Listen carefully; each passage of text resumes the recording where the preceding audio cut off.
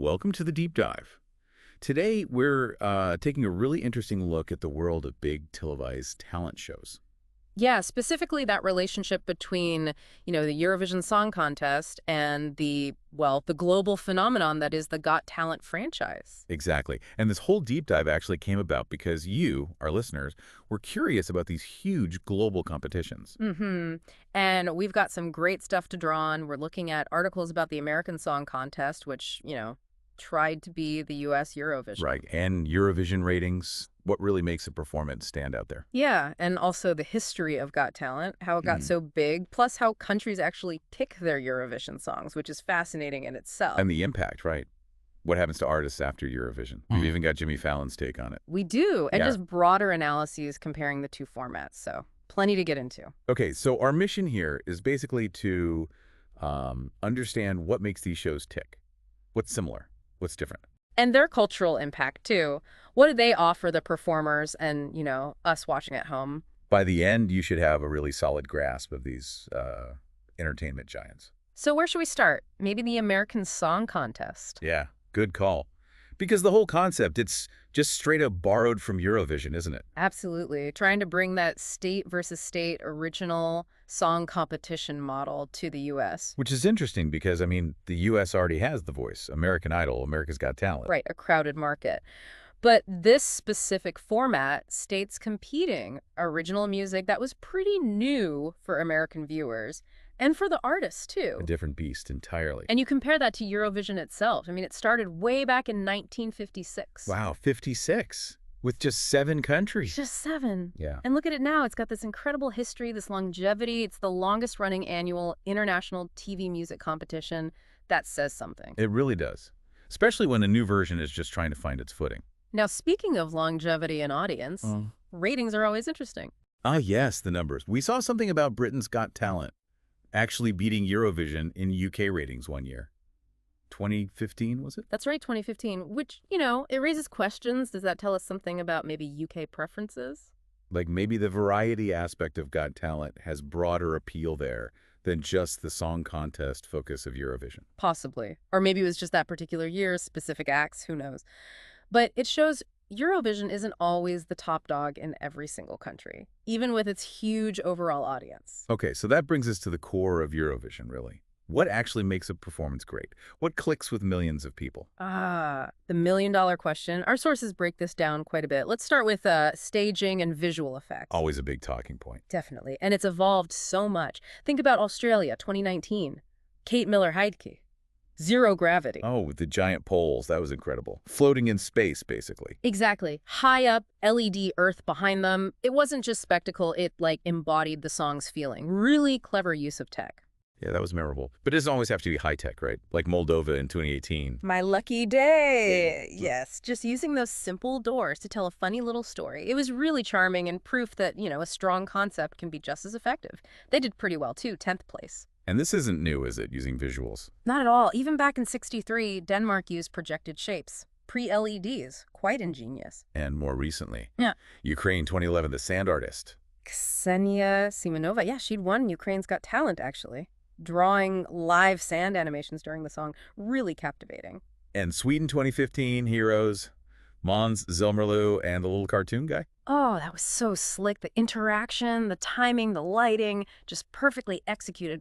Visually dynamic. And Italy in 2018, projecting the lyric translations. A simple idea, but powerful for getting that message across. Absolutely. Especially for a song with such serious themes, visuals serving the substance. Okay, another classic Eurovision element, costume reveals. Ah, yes. The absolute classic. Bucks Fizz, UK 81, the skirt rip. It's legendary. Still talked about today. Probably helped them win, you think? Oh, definitely. Instant iconic moment. And Latvia 2002, Marie N., she took it to another level. The one with multiple reveals. Started in a suit, ended in a gown. That's the one. Total showstopper. And it got Latvia their only win, so it can work. But it's not foolproof. The source mentioned Austria 77. Ah, yes. The painted suits on their backs when they turn around. Let's just say it didn't quite catch on. Bit gimmicky, perhaps. Right. Sometimes less is more, or at least less weird is more. What about camera work? Seems subtle, but important. Hugely important. How it's filmed is how we experience it at home. France, 2021, Barbara Pravi, voila. Oh, that was intense. The close-ups really drew you in. Exactly. Made it so personal, so emotional, you felt like you were right there. And Sweden 2022, Cornelia Jacobs, holding that eye contact. Yeah, hold me closer. For the first, 20 seconds? Straight down the lens creates this amazing connection, really powerful technique. Okay, let's move to choreography. How important is the dancing? It can be massive. When it fits the song, it elevates everything. Spain 2022, Chanel, slow-mo. Electric. That dance break was incredible. So polished. Totally.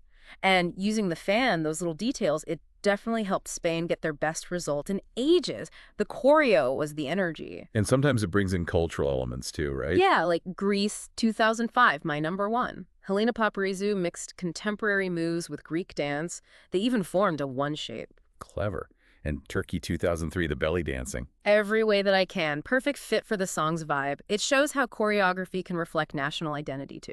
It's interesting, though, how sometimes the arena reaction doesn't match the final result. Oh, absolutely. The live crowd buzz is one thing, but connecting with millions watching across dozens of countries through TV, that's the real challenge. What about the music itself?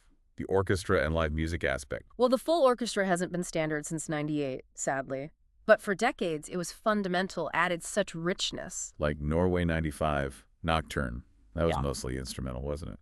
Exactly. Secret Garden, that violin solo by Fiona Wallace-Sherry, just stunning. Showed the power of pure musicianship. But live music can go wrong. Greece 91. Ah, the infamous saxophone mishap. Yes. A reminder that execution is key, although sometimes. Sometimes those slightly chaotic moments are what people remember, which brings us to memorability. Crucial. But, memorable for the right reasons, ideally. Like Iceland 97, Paul Oscar on the sofa. Definitely memorable. Pushing boundaries, suggestive staging, still talked about. Yeah. Made an impact. Or Germany 98, Gildo Horn climbing the structure. Oh, Gildo, climbing the scaffolding, interacting with the audience, even scaling the scoreboard. Totally wild, unexpected, and it worked. 7th place. Unforgettable. Sometimes it's just that pure wow factor. Yeah, creating those big moments. Sam Ryder for the UK in 2022, Spaceman. The huge structure, the surprise guitar solo. That was epic. And Ukraine last year, Kalush Orchestra, Stefania, that felt bigger than just a song, didn't it? Absolutely. Became an anthem. A really powerful, resonant moment for obvious reasons. Huge wow factor, culturally significant. But then there's the flip side. The power of simplicity. Yes. Equally important. Look at Portugal 2017. Salvador Sobral, Amar pela História. Just him, the song, the voice, minimal staging. And got the highest score ever. Proves you don't always need fireworks. Sometimes less is absolutely more. Hungary 94 too. Just the singer and guitarist. And Lorene's first win, Euphoria, was quite stripped back visually. Right. Dark staging, focus just on her. Powerful connection to the song can be enough. So it's this complex mix, really. Staging, song, performance, connection, and a bit of magic. Something like that. Always unpredictable. What will truly land on the night? Okay, let's shift gears. How do countries even get these entries, the national selection processes? Our sources mentioned huge variety. Oh, it's incredibly varied. You've got countries with these massive national finals, almost like mini Eurovisions themselves. Like Italy's San Remo. That's a huge deal there, right? Been going forever. Since 1951, it's a cultural institution. The winner often goes to Eurovision. Then you have Finland's UMK, Portugal's Festival da Canção, Estonia's Istilol, Spain's Benidorm Fest. All big televised events in their own right. Exactly. Lots of national buzz. But then others do internal selections. So the broadcaster just picks the artist and song. Sometimes. The Netherlands often does that. Austria, France have done it too. Or sometimes they pick the artist, then have a show for the song. And talent shows. Like Israel using Rising Star. Yeah, Israel's used that route. Greece has too sometimes. It really runs the gamut. Most seem to use a mix of jury and public votes in their finals, though. That seems common. Often international juries too, or press votes trying to gauge wider appeal. And we heard about Switzerland changing their whole system. Yeah, after some poor results, they specifically revamped it to find songs with more, let's say, contemporary European appeal, trying to crack the code. And fans get really passionate about these national finals, don't they? Croatia's Dora was mentioned. Oh yeah, fans have strong opinions. It shows how much people care about who represents their country. It's national pride on the line. Fascinating how seriously it's taken. Okay, so the artist is chosen. They go to Eurovision. Right. What then? Let's talk impact on careers. Right. It's Well, it's complicated. A real mixed bag, according to our sources. Seems like it's generally good for smaller, unknown artists. Massive exposure. Definitely. Think Lena from Germany, Cerebro from Russia, and obviously Måneskin from Italy recently. Loskin's trajectory is insane. Opening for the Rolling Stones. That leads to the Jimmy Fallon quote. Ha! Yeah, Fallon saying Eurovision is like America's Got Talent, but things actually happen to them after they win. Bit cheeky, but But it hits on something real, right? The potential for genuine, sustained career growth seems higher for musicians from Eurovision. it can be. But it's not automatic. The sources also list artists where it didn't quite launch them internationally. Lisa Angel from France, Aminata from Latvia. Some Portuguese artists in the 2000s, apparently. And Armenia's Emi and Savak didn't even qualify, and careers stalled. Yeah, and Ireland's had some tough runs too, with established names like Nicky Byrne or newer artists like Sarah McTurnan not making the final. So what's the key? Is it about follow-up? That seems crucial. Releasing new music quickly, capitalizing on the buzz. Someone on Reddit pointed out, if you wait too long, the momentum fades. Make sense? And what about already famous artists? Is it riskier for them? It seems so. A poor result could potentially harm an established reputation back home. Maybe why some bigger countries send newer faces sometimes. Less to lose, perhaps? Interesting point. And trying to explain Eurovision to Americans. That's tricky. Yeah, the sources suggest comparisons like European Musical Olympics or just focusing on the original song competition aspect work better than comparing it to Idol or The Voice. They're different animals. So for artists, Eurovision is potentially amazing, but also a gamble, a double-edged sword. That's a good way to put it. Huge opportunity, but needs careful handling afterwards. Okay, let's pivot to the other giant, the Got Talent franchise. Very different vibe. Totally different. Simon Cowell's creation, inspired by old British variety shows, and just global, everywhere. Guinness World Record holder for most successful reality TV format, right? Right. In like over 60 countries. Over 60, yeah. Spin-offs everywhere. The reach is just immense. And the key difference is the variety of talent, isn't it? Not just songs. Exactly. Dancers, magicians, comedians, acrobats, dog acts, you name it. Anything goes, really. It's a true variety showcase. And open to all ages, all backgrounds.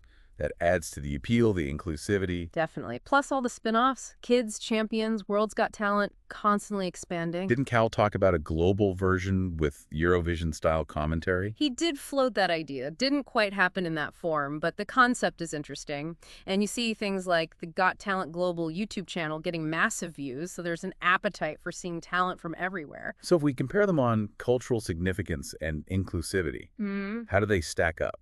Well, Got Talent really highlights that talent is universal. Its success everywhere proves people love seeing extraordinary schools, whatever they are, and its open format makes it inherently inclusive. Anyone can try out. Whereas Eurovision is more about that specific European and Australian and Israeli cultural exchange.